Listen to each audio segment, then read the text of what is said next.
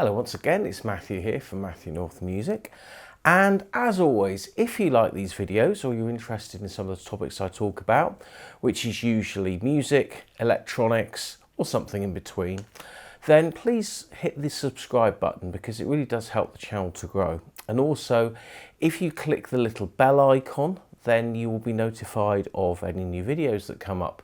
And if you like this particular video, then why not give the video a like as well. Anyway, today I'm going to talk about the history of rock. And I'm not talking about the history of rock, the world of rock. I'm talking about this. This is the history of rock. And it was a magazine and it was a series of records that you could also buy on cassette. Now, the history of rock came out when I was about 10 years old. And like me and many of my friends at school, we all bought the first issue of the magazine, which we're going to have a look at in a minute. And then it kind of, most people didn't bother after that, but some people did. And it went on to 120 issues of the magazine. And the idea was you bought the magazine each week, and then after so long you got a binder and you put them in the binder, and then you filled up the next one. And I think it filled something like, I think maybe 10 binders, something like that. So 120 issues, it might have been 6, 20 in each, something like that. And it basically made a very good encyclopedia about rock music.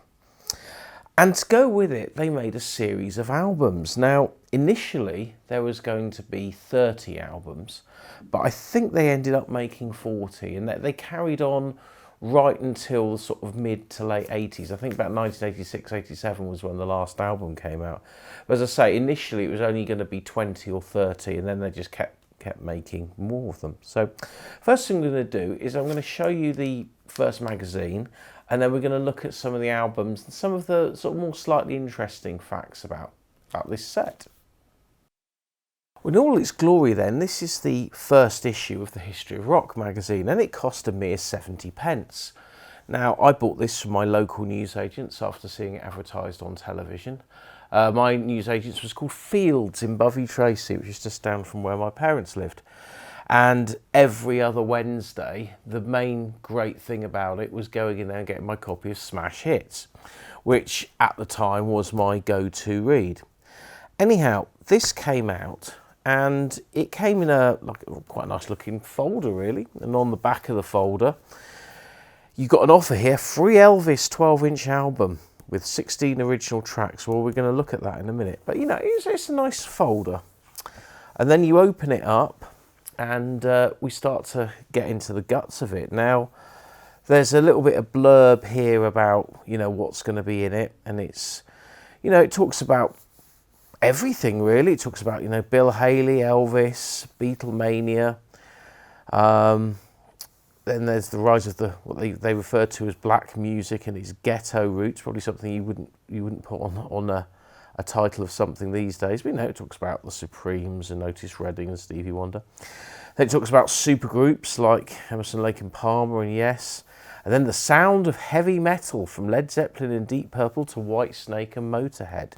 And you've got to remember, when this came out, that was what people considered to be heavy metal. You know, Judas Priest, Whitesnake. Def Leppard were around, but they weren't big back then, not in sort of 81, 82, that kind of era.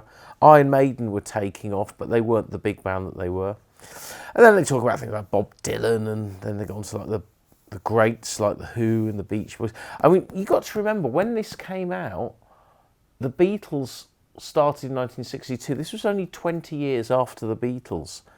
You know, and bands like, you know, the Who and, you know, they hadn't even been around for 20 years when this came out. But yet, even back then, they were considered, you know, the old guard. And I mean, now they're still, you know, they're the big draws. Anyway, inside the folder then, we've got this card and rock music collection, and this is for getting the Elvis Presley record, and this is such a quaint thing. I don't know if you can have a look at this close up. And this is how a lot of things were sold in the early 80s. Things were sent on approval. Now, I remember getting stamps on approval from this stamp club where you sent them a self-addressed envelope and they sent you a few stamps and some, you know, reproduction penny blacks and things. And then if you wanted to keep the other stamps, you then sent a cheque or a postal order to pay for them, or you sent them back. And they did the same thing here. Please send me my free Elvis Presley album, which will be mine to keep, together with the next double album of the history of rock for 10 days approval. If I decide to keep it, I will send my payment. And the payment was £6.99, including postage and handling. Now, that's quite a lot, actually, for that period. When you think that, you know, a normal album was about £4.99, and these were, in effect, compilations and sort of stuff of older albums. But they were double albums, I suppose. Anyway, so you could pick whether you wanted record or cassette, but if you did, as it says there, you can't mix the two. And then you sign it, and then you put your name and address in block capitals and send it in the post, and it's even paid for. So that's how you would get your first album. Now, of course, the idea was that you got your free album, and then if you liked it, then you'd buy all the others. And that's like a subscription service, really. But at least you get something for it. I suppose you could say it's the early days. That could be iTunes in the analogue world. Now, the next thing I'm going to show you is this. You get a letter that's been looks like it's been handwritten by Alexis Corner. Now, if you don't know who Alexis Corner was, he was the godfather of British blues. But more than that, he was also a very prominent radio presenter, and he used to present a rhythm and blues show on Radio 1 that came on after the charts were on Radio 1. And he died not that long after this set came out. I think he died in about 84, I think, or 85. And then Annie Nightingale took over the show. But no, it's just basically it's promotion for the set, and it basically lines out, you know, what you're going to hear about and stuff. But I said, you know, Alexis Corner, he was one of the prominent people in the British music industry. So, you know, that's a good name to associate a product with. And that's the theme of this set. Now, the next thing you get is a record. And of course, this is why a lot of people wanted it, because you got a free record. And it was a reissue of Buddy Holly's That'll Be the Day. And, you know, on 7-inch vinyl, and on the other side you got True Love Ways. Now, I remember having this, and my copy got cracked, and I think it's because I had this in my school bag, and it got dropped or something, and the record got damaged, so I never had a good copy of it. But at least I've got one now, because I'm saying this is something I've rebought. Then we get a poster, or promotional poster, if you like. And so this is talking about, again, this is really bigging up the records that are coming with it. 30 fabulous double albums. So I say it's advertising 30, but they actually made 40. And you get volume 1 for free, which is a 16-track Elvis album. Now, you've got to remember at the time that this came out, Elvis hadn't been dead that long. He died in 1977. It's only 5 years or so after he died that this came out. But, you know, the early 80s was such a different time to what it was in the 50s. This is almost seen as archaic. And I actually think now younger people probably can relate to this more than we could in our age, because if you're 15 and you've gone and watched the Elvis film and you like some of the tunes and you think, oh yeah, Elvis is good, you've got no concept of time really, whereas this was considered, you know, almost before your parents. This was like your grandparents' music. Anyway, we get a foldy out here where there's more promotional stuff, and you can already see that, you know, you're covering Led Zeppelin, you've got Chrissie Hynde, the Pretenders, you've got Ray Davis. Interesting they put them two together. Elvis again, you got Elvis Costello there, Sting, you know, all big names of the day. And then we open it up, and it then gives you some sort of more stuff about what's going to be on the various albums that are coming out. And, you know, over 1,000 magnificent tracks from 100 of the greatest stars of all time. And you could pick what you wanted to get first, I think, according to this. But I don't think that's quite how they got released. But anyway, You know, you had stuff like Elvis, Holly Searchers, all that sort of beat stuff, The Kinks, Gene Vincent, Chuck Berry, blah, blah, blah. So yeah, you know, it's just a promotional sheet really to sell the records. Now, these are the first magazines. And this one here's got Mick Jagger on the front.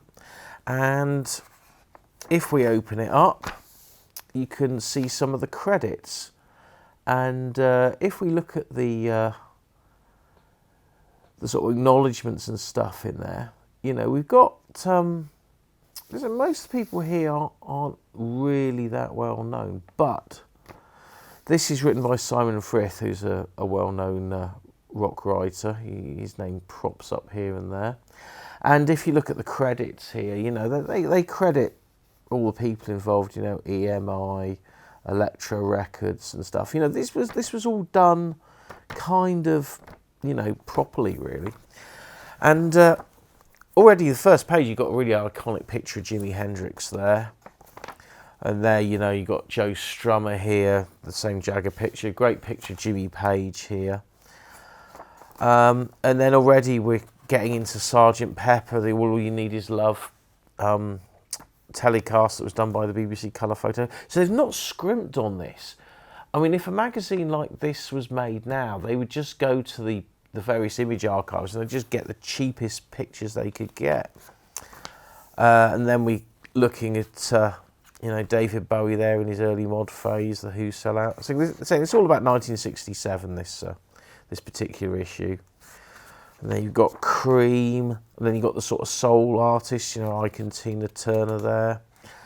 And the Monkees, Bob Dylan, although that looks like a later picture of Bob Dylan, but I'm not sure actually. It might be 67. And then you got the psychedelic stuff, you know, there's Jerry Garcia up there, Jefferson Airplane there, Grace Slick. And then you've got Janis Joplin there, Brian Jones.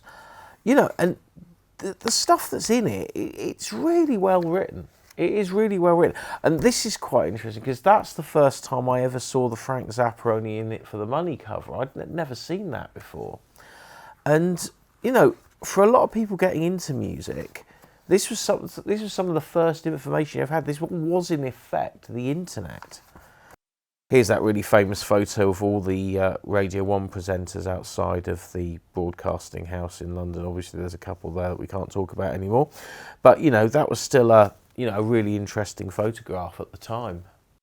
And then we move on to the back, and there, we got the advert there for the binder that I mentioned earlier. So, you know, you got one of these binders, which you could order. It says order it after issue 7. So I'm guessing there's probably about 15 or so of these magazines you could get in the binder.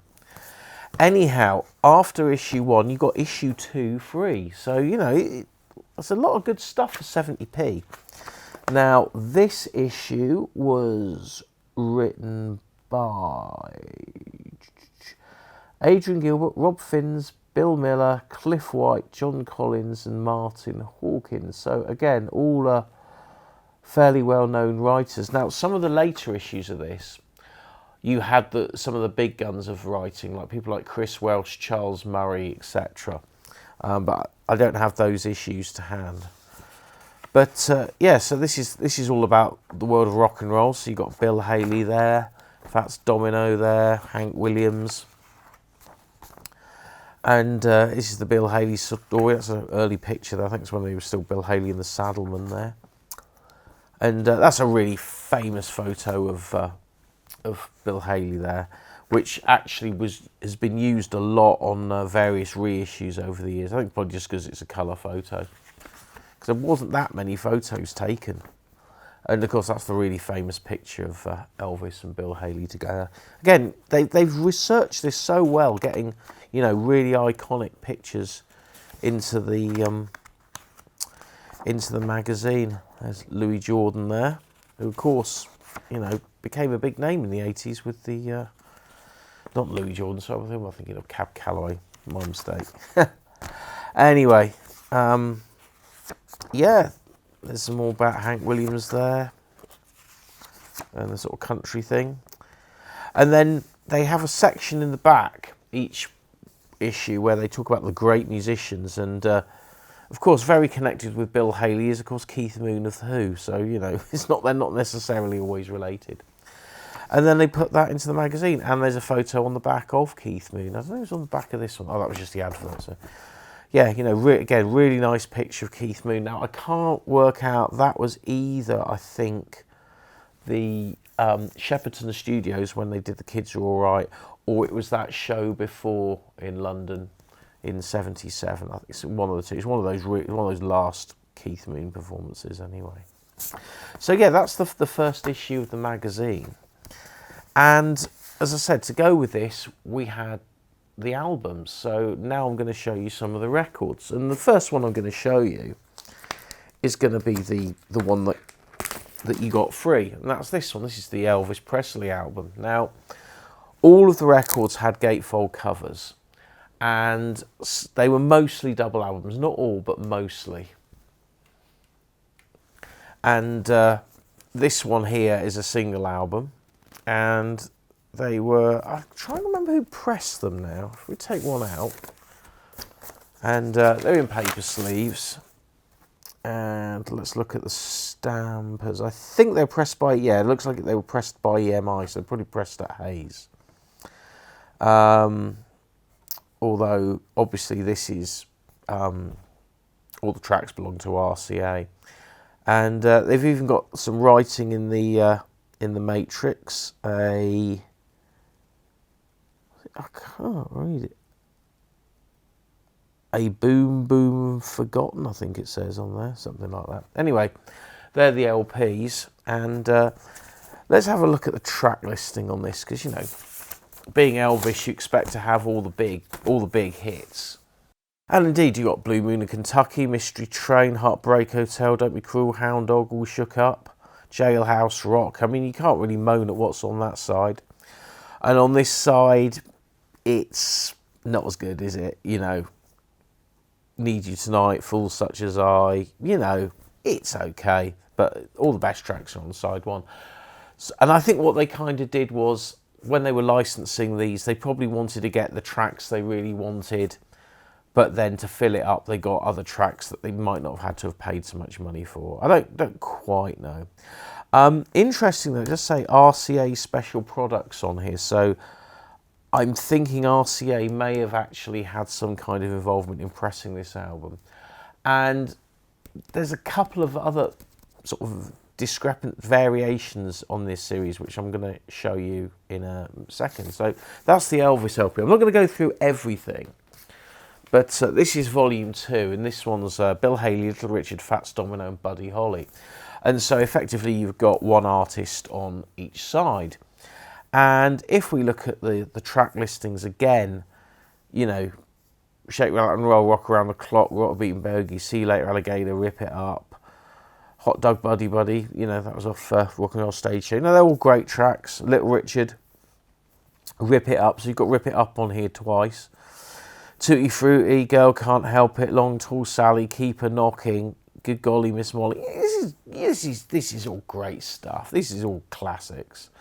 And again, Fats Domino, you've got Wanna Walk You Home, Walking to New Orleans, Blue Monday, Ain't That a Shame, Blueberry Hill. Again, you know, you want an introduction to Fats Domino, you can't go wrong with any of those numbers. And then lastly, the same with Buddy Holly, That'll Be the Day, Peggy Sue, Oh Boy, Rave On. You know, really, if you want these great songs by these artists, I mean, for those 4 artists, you're not going to get much better than that. You're really not. And let's flip it open. And like the magazines, you know, you've got some really nice photographs here. You've got a load of interesting sleeve notes. These are written by Bill Miller. And say 1981 Orbis publications. And, you know, that's a cracking record. It really is. And it kind of carried on. They did this one here, again in a similar style. Jerry Lee Lewis, Carl Perkins, Eddie Cochran and the Platters. You then moved on to the next one, which had Chuck Berry, Gene Vincent, the Everly Brothers and Sam Cooke. So again, you know, very much in the rock and roll form. But then you get to issue 5. Now, issue 5, we're getting into British artists now. So we've got Cliff Richard, The Shadows, Adam Faith and Billy Fury. And again, this is compiled by Bob Fisher, who I've got to say, he did an excellent job. Now, mine's kind of stuck here, which is a bit annoying. But again, you've got really nice photos and the sleeve notes on here. And again, you look at the track listing, it starts with Cliff Richard's Move It, you know, the original British first rock and roll record, really. And then you got, you know, a whole bunch of Cliff's more rock and rolly songs. High Class Baby's a great song, Dynamite's a great song. And then you got things like, you know, the young ones, Travelling Light and Living Doll as well.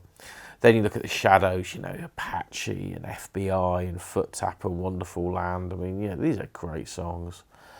And, you know, Billy Fury, I mean, Halfway to Paradise. Honestly, I went to a Butlin 60s weekend a while ago. I must have heard that song 20 times over the course of the weekend. Anyway, I'm going to quickly just flip over some of the ones that followed. So you had more American artists, Del Shannon, Neil Starker, Paul Anka and Dion and Belmonts. Then we're back to Britain with the Hollies, the Searchers, the Kinks and Manfred Mann.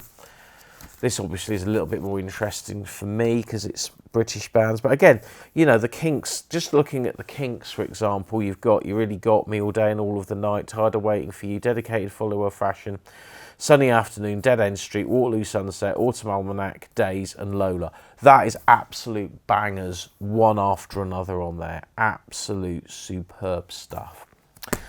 Then Volume 8, this is probably the first soul album. So you've got Otis, Aretha, Ray Charles, Wilson Pickett. And again, you know, look at Aretha, Respect, Wilson Pickett, Midnight Hour, Mustang Sally, you know, everyone's favourite. Ray Charles, you got What I Say, I Got a Woman.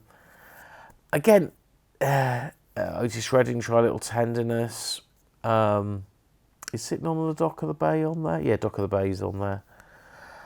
And again, you know, this is a really nice selection. Clive Anderson wrote the sleeve notes for this. I don't know if that's the same Clive Anderson that's the sort of writer and comedian or not. I don't know. But yeah, again, that's a really nice set there. And then that kind of followed with the next few, because we then had Ike and Tina Turner, James Brown, the Monkees and the Beach Boys. And again, you know, it's all hit-tastic on here for all the artists. You know, Beach Boys, it's got, you know, Wouldn't It Be Nice, California Girls, Good Vibration, Sloop John B, Fun Fun Fun. James Brown's got, you know, Sex Machines, Say It Loud. Papa's Got a Brand New Bag. Yeah, all the stuff you want. Now, this next one, this is a single album, and this is the Stones. So they obviously, you know, it's special when it's the Stones.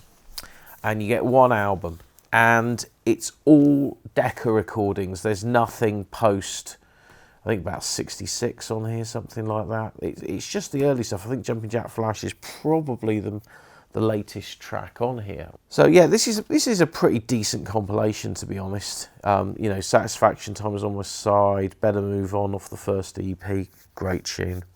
Just Want to Make Love to You, Jumping Jack Flash, Honky Tonk Woman, Route 66, Sympathy for the Devil, Under the Boardwalk. So a slightly deeper cut there.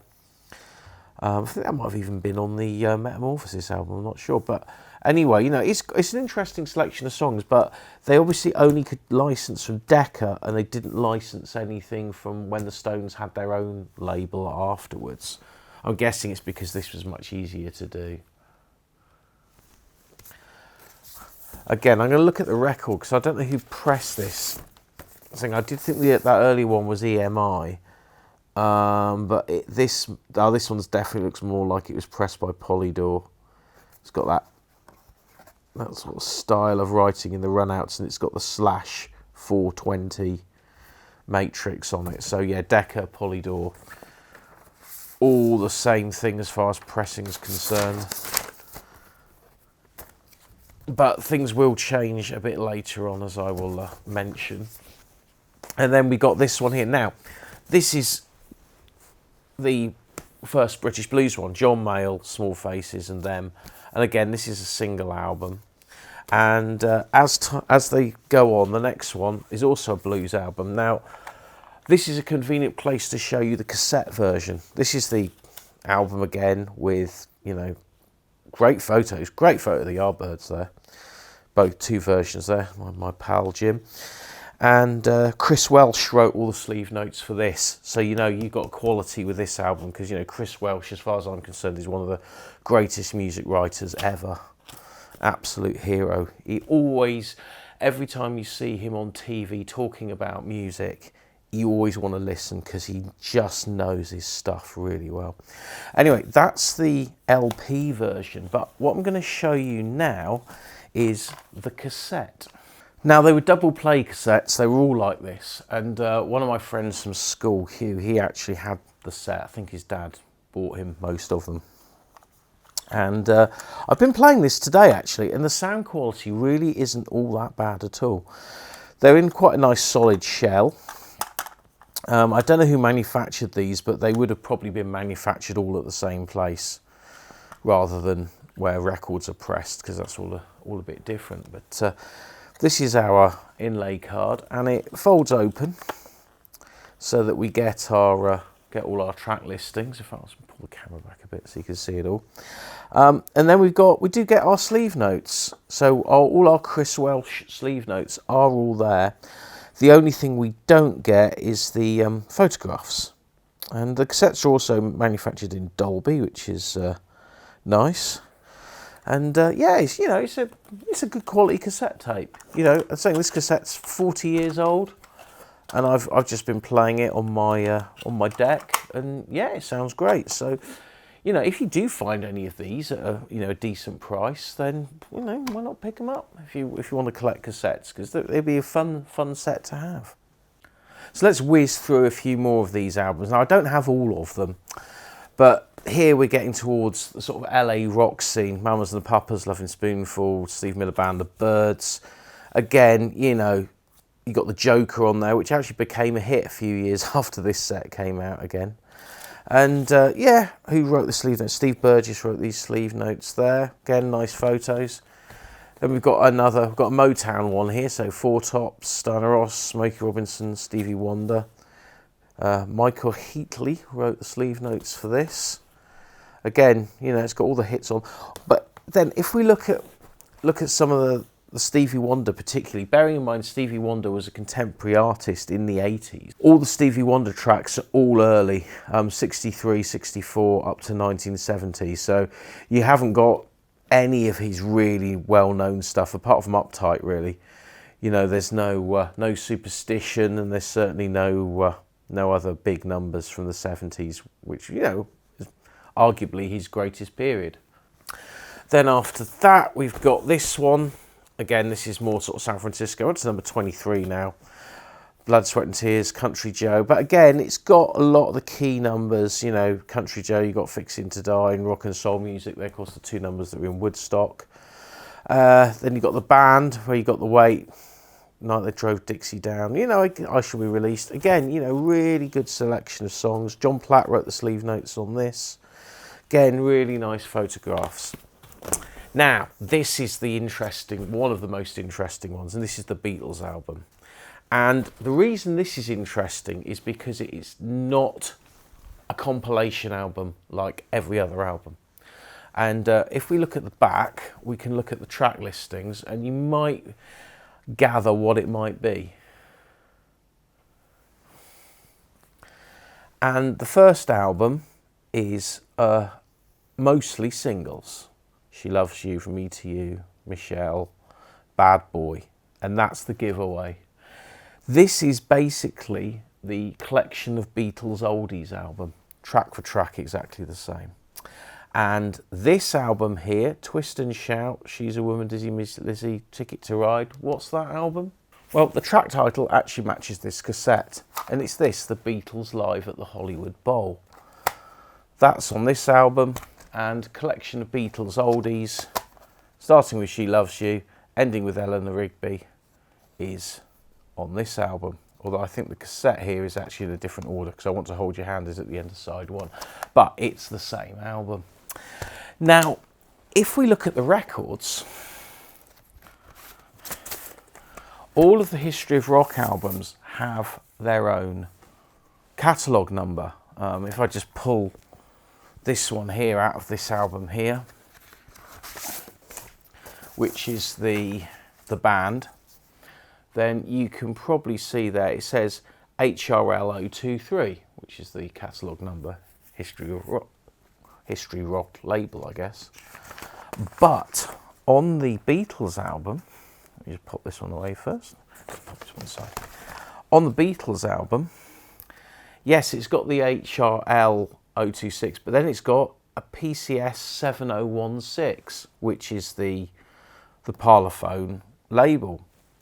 And if we look at the run-out grooves, then it's got the YX 619-5 cutting. And so this is basically what they've done is they've just bought in copies or had pressed up copies of, in this case, Collection of Beatles Oldies, and they've just had different labels put on. So it's not a specially made album for the series. It is literally a repress of a Collection of Beatles Oldies. And if we go to the Hollywood Bowl album, now the cassette version here is EMTV4, TCEMTV4. And if we look at the record, then the record says EMTV4. So it's the same again, the same catalogue number.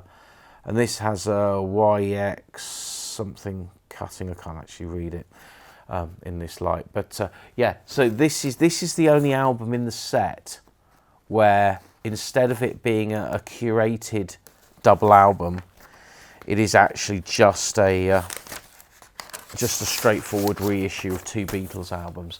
But you know, I said $6.99, I think it was, when per album, including delivery, something like that. Getting two actual Beatles albums for £7 delivered to your door that's actually really, really good value. Now, this is the last album I actually own of the collection, and this is 29, and this is going very much more into the 70s now with Toto, Journey, REO Speedwagon, Blue Oyster Cult. And just look at the selection. You've got Africa by Toto, 1982. So by the time this came out, which I think was probably about 84, you know, that was a fairly contemporary hit. Now, why they didn't license more contemporary hits of some of the older artists, I don't know. Particularly, as I said, people like Stevie Wonder. Maybe it was a cost thing, I don't know. But then you've got Journey, Blue Oyster Cult, REO Speedwagon. Now, I think all of these artists were actually on CBS Records at the time. So this might well have been pressed by CBS. I'm going to have a look at the label in a minute. But, you know, REO Speedwagon, you've got Keep On Loving You there. Blue Oyster Cult, Don't Fear the Reaper with its extra cowbell. And Journey, you've got Don't Stop Believing on there. So you've still got the big hits on this album. I'm just going to pull the LP. Yeah, this was definitely pressed by CBS. You can tell it was pressed by CBS because you've got that indentation there on the record. And it actually says original recordings made by CBS. CBS Records are exclusive licensees for the UK. And it's got a different type of matrix on here as well. It does have the catalogue number on there, but you know, they obviously, the deal they did for this, they got CBS to press it. So I'm kind of thinking when they were compiling these records, they probably had to do a deal on a record by record basis with the artist and the labels that were originally signed to, which is like the Motown-y one. They probably had to have, you know, Tamla Motown, they probably curated the whole thing, and they probably just put on there the tracks that they wanted to put on there, which were probably not necessarily big numbers, but they were numbers that they wanted to have because they hadn't sold a lot of a particular title, and they just wanted to get the PRS and the MCPS for that record. Now, I'm going to quickly flip over to the computer because I just want to show you a little bit on Discogs about the last 10 volumes. Okay, so there's our Toto album there, and then the one that followed it was the Eagles, Lynyrd Skynyrd, Little Feat, Steely Dan. But then, once we get to issue 31, then things really start to change as we start to get a lot more contemporary artists. So we have like the Strangler Squeeze and various artists there. Then there's another compilation. Then we've got Blondie, ELO, ABBA and David Essex. And then we got Bobby Womack, Earth, Wind and Fire. Then we've got another compilation. Then we've got Bob Marley. Then we've got Meatloaf, Judas Priest, Saxon and Motorhead. So we're kind of moving much more into contemporary times. And the very last one is this one here, which is the Boomtown Rats, The Jam, Spandau Ballet and Gary Newman. Now, I don't know much about how Bob Fisher was putting this thing together, but I would imagine he never thought he would have the Boomtown Rats and Spandau Ballet on this series when he first put it together.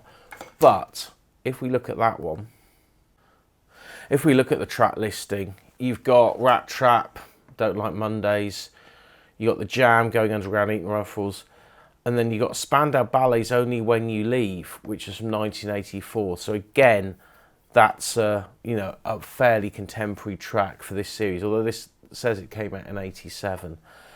And I think this series could have possibly moved on as time went on, maybe. I don't know. But it is a really interesting series. Now, I'm sure a lot of you that are watching this video probably remember this set, and that's probably why you wanted to watch the video. But if you don't, and you want to get into record collecting, there's a really great thing about this set. Firstly, they're pretty much all analog cuttings, because that's what it was back then. They're all analog. And secondly, you can buy these really cheap. If you go to somewhere like Facebook Marketplace or a car boot sale, or you go into the pound bin of any halfway respectable record shop, you will find these for next to nothing. Yeah, there are some chances that are silly money for them, particularly the latter ones, the ones, you know, from 30 upwards, because, you know, there were less of them around. But, you know, I paid, the ones I've got, I paid literally 20 quid for a pile of these records, which is why I've made this video, because I just couldn't turn it down at that. And the sound quality is pretty good on all of them. All the ones I've played, they all sound pretty decent. As I said, they're analog cuts, and if you're getting into record collecting and you want a lot of you want some classic stuff, then you really can't go wrong with any of these albums, because they do sound really good. And the same with the magazine. You do see full sets of the magazine on places like Marketplace for next to nothing. And the thing is, the history doesn't change. You know, the stuff they've written about, particularly people like Chris Welsh and Charles Shaar Murray, the stuff they wrote about back in the 80s, about the 60s, is still relevant. So you can still learn from it. And as I said, some of the photographs in them are really iconic, and they're really great. So again, I had a quick look on Marketplace, and there are a few sets of these around, and like a complete set of magazines for like 30 to 40 pounds, which is not a lot of money for all that stuff. Anyway, hope you've enjoyed this video. If you have, please think about subscribing to the channel, and I look forward to another video coming out very soon. Thanks for watching.